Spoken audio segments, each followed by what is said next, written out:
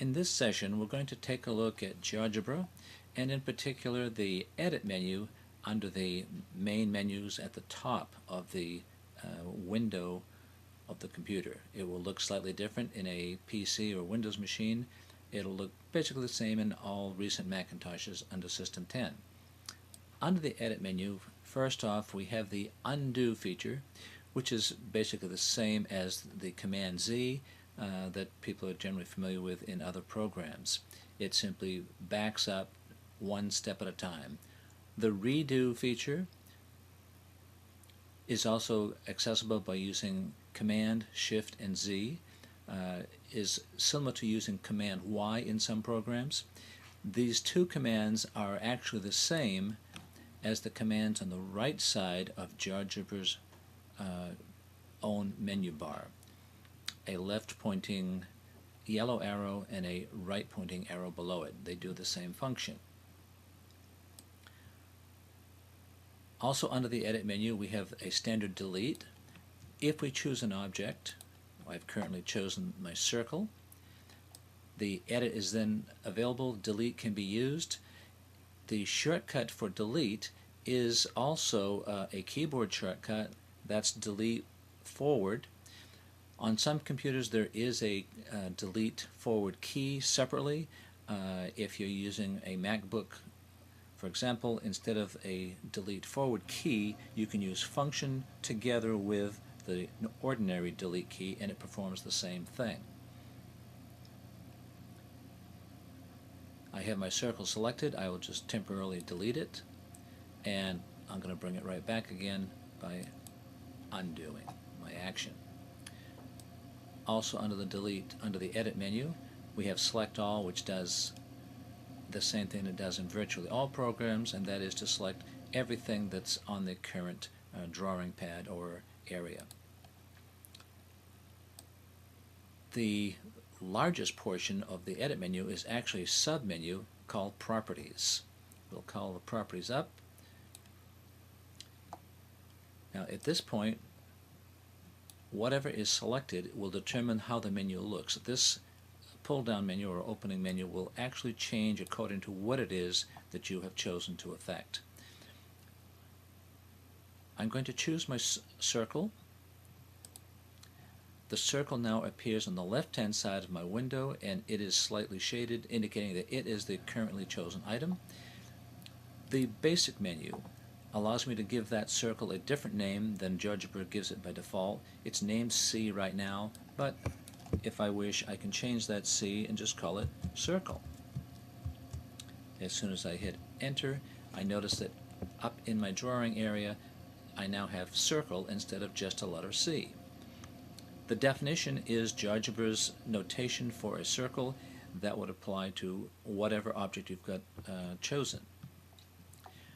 You also can, if they're available, if you need them, the characters like degree symbol, squared, cube, pi, e, and so on.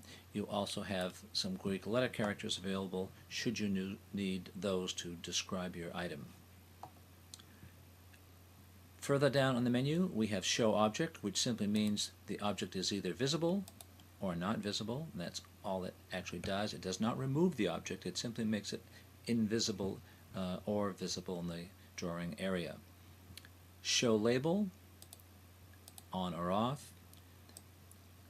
It allows you to also choose between showing the name only, the name and the value.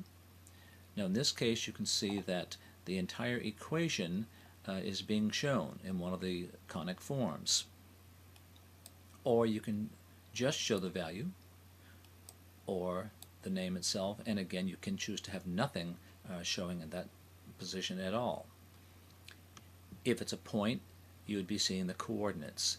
If it was a line, the equation of the line, and so on. Another object here is Show Trace. This will be explored much more in other tutorials, but what it's going to do is allow you to move your object. I have to select it first. And when I move that object now, I have a trace feature. It can be messy. It can also be a great way to explore some properties. I'm restoring it to its default settings. Going back to the Properties menu, I'll select my circle again. I'm back to a slightly different menu. Auxiliary object may not be used that often, but it allows you to treat an object as if it was not a regular item. This is particularly useful in constructions. So if I want to treat circle as auxiliary object,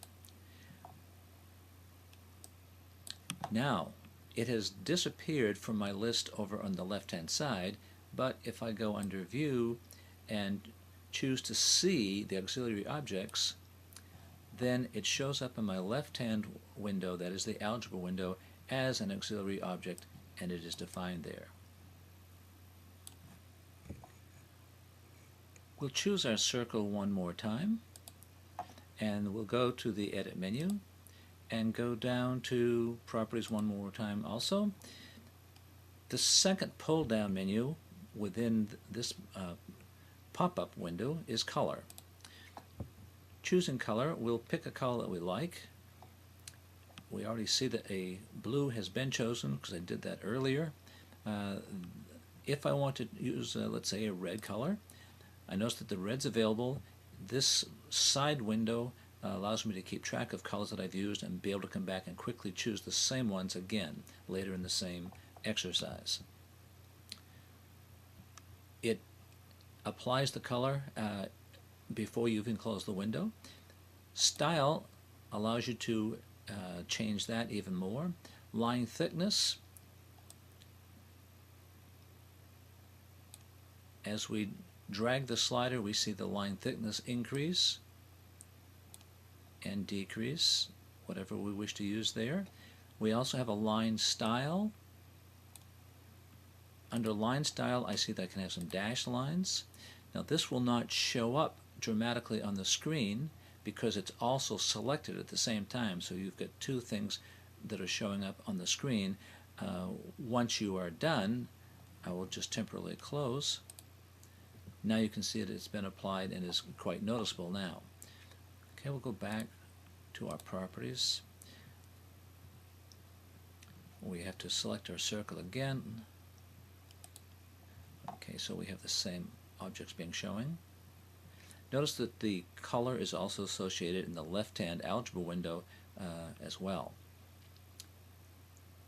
Under the filling menu, when we drag that slider,